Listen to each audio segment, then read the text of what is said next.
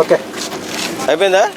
ఎందుకంటే మన అధికారులది చూసాం, ఎప్పుడూ లేని విధంగా వాళ్ళ పర్సంటేజ్ పెరిగి చరిత్రలో లేనంత ఓటింగ్ పర్సంటేజ్ పెరిగింది. ఇవాళ కూడా అన్ని దగ్గర కూడా పర్సంటేజ్ పెరిగింది అంటే దీని ఉద్దేశం సైకో జగన్ని ఇంటికి పంపుతారనేది ఖచ్చితంగా మేము చెప్తా ఉన్నాం. ఎందుకంటే ప్రజలు విసుకెత్తిపోయారు, ప్రజలు కూడా భయభ్రాంతులు చేశాడు, ప్రజల్ని అనేక రకాలుగా ఇబ్బందులు పెట్టాడు.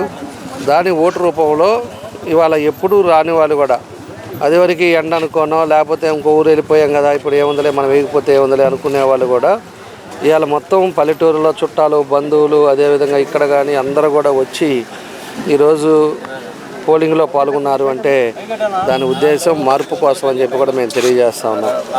మన ఒంగోలులో 82% అయింది ఇప్పటికి. 82% అంటే ఇంకా జరుగుతుంది కాబట్టి కొన్ని ప్లేసెస్లో 7-8 అవుద్ది కాబట్టి మనకు తెలిసినంత వరకు 85-86% ఒంగోలులో హయ్యెస్ట్ పోలింగ్ జరగబోతూ ఉంది. కాబట్టి ఈ మార్పు అనేది ప్రజల్లో వచ్చిన మార్పు. ఇది పొద్దున్నుంచి 7 గంటలకు బూత్ ఓపెన్ చేయకముందు నుంచే అందరూ కూడా క్యూలో ఉండి ఓటేయాలనే ఒక ఇంటెన్షన్ తోటి ఈరోజు ప్రజలందరూ కూడా బయటకు వచ్చారు. ఖచ్చితంగా ఇది మార్పు కోరుతున్నారనేదే ఉద్దేశం. దానికి ఈరోజు రాష్ట్రం కూడా 20 సంవత్సరాలు వెనక్కిపోయింది. ఇంకా సమర్థవంతమైన నాయకుడు చంద్రబాబు నాయుడు గారి పరిపాలన ఈరోజు ఈ రాష్ట్రానికి అవసరం కాబట్టి అందరూ కూడా వచ్చారు. ఖచ్చితంగా ఇంకా 4వ తారీఖు దాకా అందరం వెయిట్ చేయాల్సి ఉంది కాబట్టి అందరం చూద్దాం. రేపు ఈ పర్సంటేజ్లను బట్టి తప్పకుండా తెలుగుదేశం పార్టీ ప్రభుత్వం ఫామ్ చేస్తుందని చెప్పి మాత్రం ఖచ్చితంగా చెప్తున్నాం.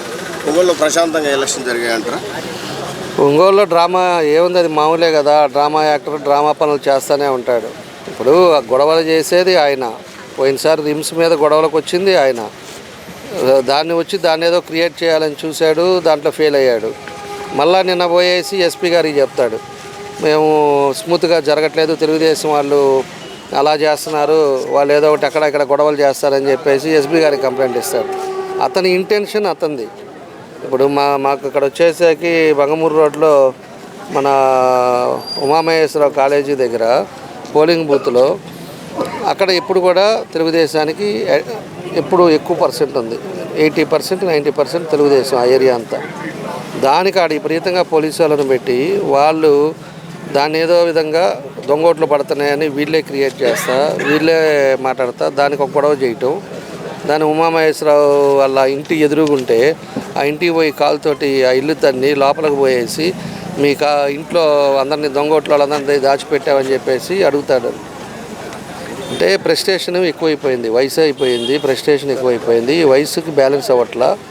నేను అడిగేది ఒకటే, నీకేదైనా డౌట్ ఉంటే నువ్వు పోలీస్ కంప్లైంట్ ఇవ్వాలి. నువ్వెవరికి పోవటానికి నీకే రైట్స్ ఉన్నాయి? మేము కూడా నీ ఇంటికాడ దాచిపెట్టారని చెప్పేసి వేరే వాళ్ళు వచ్చి నీ తలుపు కొడితే నీకు ఎంత బాధ వేస్తుంది? నీకు అందరికీ అంతే కదా. వాళ్ళు ఎవరో పెద్దోళ్ళు అయిపోయారు, వాళ్ళ పెద్దోళ్ళు ఇంట్లో ఉంటే ఇతను పోయి లోపలికల్లా పోయి పైన ఉన్నారు చూస్తాను చేస్తాను అంటే ఎవరిని చూస్తాడు, ఎవరిని చేస్తాడు?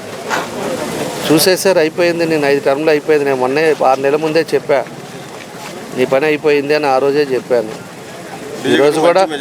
ఈరోజు కూడా అయిపోయింది అతనిది.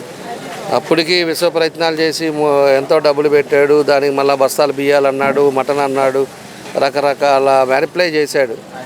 కానీ క్రికెట్ కిట్లు అన్నాడు, స్మార్ట్ వాచెస్ అన్నాడు, ఇవన్నీ. ఒక పక్కేమో అతను చెవిరెడ్డి భాస్కర్ రెడ్డి, అతను దొరికా, అతను ఒక స్మగ్లరు, గంధపు చక్కెర అమ్ముకొని అతను వచ్చిన డబ్బులతోటి అతను లోళ్ళు రైస్ తెప్పించి లోళ్ళు వాచెస్, స్మార్ట్ వాచెస్ తెప్పించేసి ఏం చేయాలని వీళ్ళు. కనీసం నేను అనేది ఒకటేనండి, వాళ్ళు మనకి ఇన్నిసార్లు గెలిపించారు, ఒక నమ్మకం మీద మనల్ని గెలిపించినప్పుడు మనం ప్రజలకు ఏం చేసాము?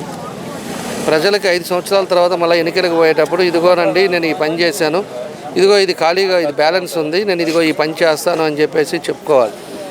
అది చెప్పుకోవడం చేతగాక ఎదుటి వాళ్ళు అబద్ధాలు ఆడతారు, లేకపోతే ఎదుటి వాళ్ళ మీద దాడులు చేస్తా, గంజాయి వాళ్ళని కొంతమందిని వాళ్ళని మోపి వాళ్ళకి అన్నాలు పెట్టి వాళ్ళందరినీ గొడవలు పెట్టేసి జనాలను కొడితే ఏమొస్తుంది? ఏమి రాదు. అందుకే వ్యవస్థ ఇట్లాగ అయిపోయింది. కాబట్టి ఇవాళ ప్రజలు కూడా అర్థం చేసుకున్నారు, ప్రజలు కూడా అర్థం చేసుకోమని మేము చెప్పాం. ఇంట్లో ప్రతి ఒక్క ఓటు చాలా విలువైందని చెప్పాం. ప్రతి ఒక్కరు కూడా ఓటు వేయండి.